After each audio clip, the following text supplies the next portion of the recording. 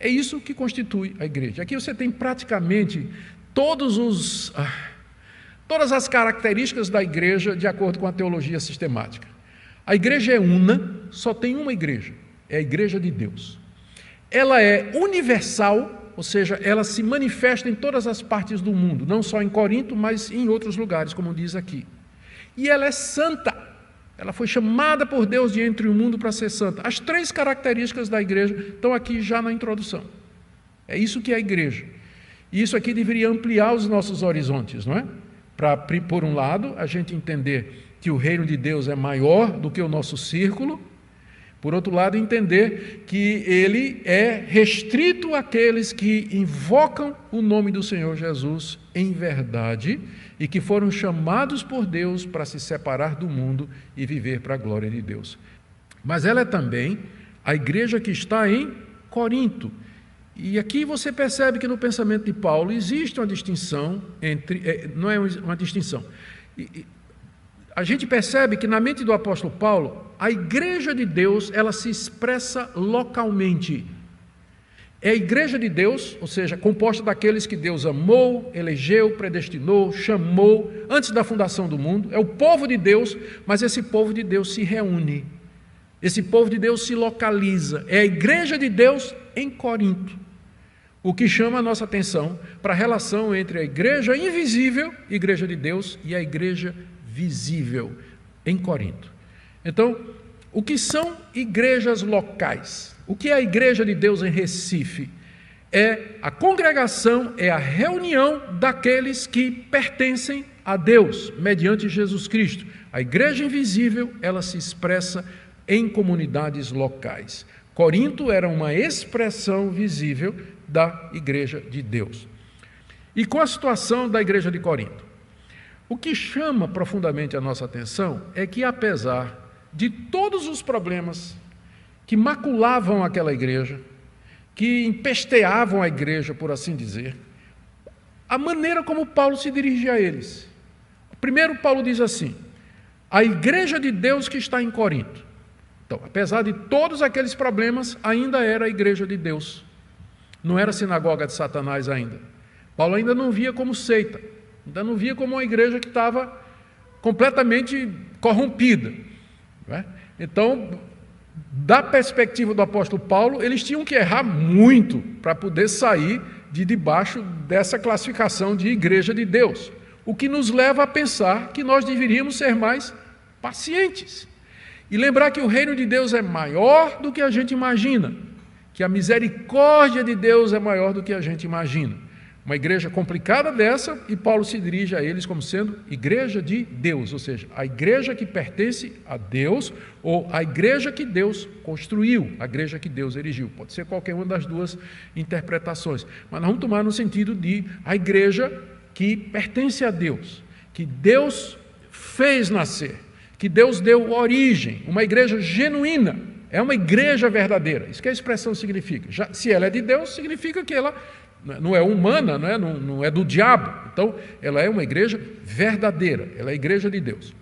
Segundo, Paulo se refere a ele como sendo os santificados em Cristo Jesus. Eles podiam ser tudo, menos santos, né? Pelo que a gente... Então, é evidente que Paulo não está usando o termo santificados em Cristo Jesus no sentido de perfeição moral.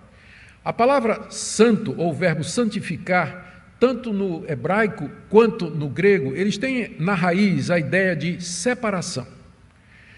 Então, ser santo no Novo Testamento significa, primeiramente, você ter sido separado do mundo, do pecado, da condenação, para Deus, para a vida eterna, para servi-lo. Então, a ideia de separação está na raiz do conceito de santificação. Então, quando Paulo diz aos santificados em Cristo Jesus, ele está dizendo que a igreja de Deus em Corinto é composta daqueles que Deus separou do restante da cidade.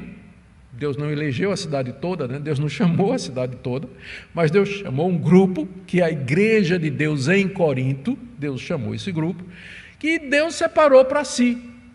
É isso que era a igreja. São aqueles que são santificados, separados. No Antigo Testamento, para ajudar vocês, para nos ajudar a ver esse contexto, Moisés se referia aos utensílios do tabernáculo como sendo santos. As paizinhas de ouro eram santas, o candelabro era santo, o altar era santo, as colheres eram santas, as taças eram santas, tudo era chamado de santo. Por quê? Tinha alguma qualidade moral nesses objetos? Óbvio que não. É porque eles eram separados, eles só poderiam ser usados para o culto a Deus. Ninguém podia pegar aquela pazinha de ouro lá do tabernáculo, levar para casa para comer seu feijão. Seria uma profanação, porque aquilo era santificado ao Senhor. Aquilo era consagrado a Deus, só podia ser usado no culto a Deus, no serviço a Deus. Então, é nesse sentido que Paulo se refere à igreja de Deus em Corinto. Eles são separados, consagrados, dedicados a Deus mediante o Evangelho, em Cristo Jesus. E aí ele diz, em seguida, para provar o meu ponto, chamados para ser santos. Então a gente pode... Espera aí, pastor. Primeiro o senhor disse que eles já eram santificados em Cristo Jesus, e agora Paulo diz que são chamados para ser santos. Como é que fica isso aí? É porque na primeira frase, eu já expliquei, se refere à justificação. Que Deus os separou, vocês são meus, vocês estão perdoados. A segunda frase se refere ao processo em que você vai viver na prática aquilo que Deus já lhe fez em Cristo Jesus. Você já foi separado por Deus para ser dele. E agora você tem que viver uma vida santa, uma vida que seja proporcional e que seja um reflexo desse chamado. Então, chamados em Cristo Jesus, santificados em Cristo Jesus e chamados para ser santos. Essa expressão chamados aqui, ela é muito importante, Paulo gosta muito dessa expressão, define a vocação cristã e define de que maneira você se torna crente. Você só se torna crente por convite, tem que ser chamado. Se Deus não chamou, não adianta, vai ser barrado na festa. Cadê o convite? Então é chamado, Deus é quem chama. Então, é dele que vem a autoria, é dele que vem a iniciativa, é dele que vem o poder e o propósito de entre a população da cidade de Corinto, ter uma igreja para o seu nome. Ele chamou aquele pessoal para ser santo, para ser dele, chamou para ser santo.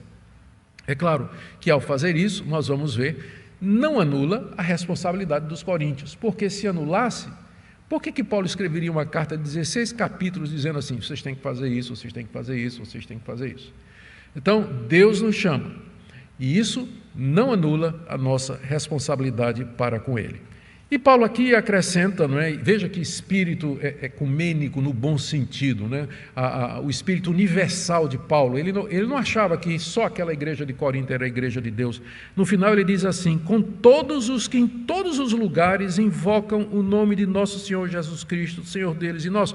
Paulo tinha consciência de que tinha muito mais gente além daquela igreja ali em Corinto, que igualmente como os coríntios, igualmente como Paulo, invocava Jesus Cristo como Senhor e como Salvador.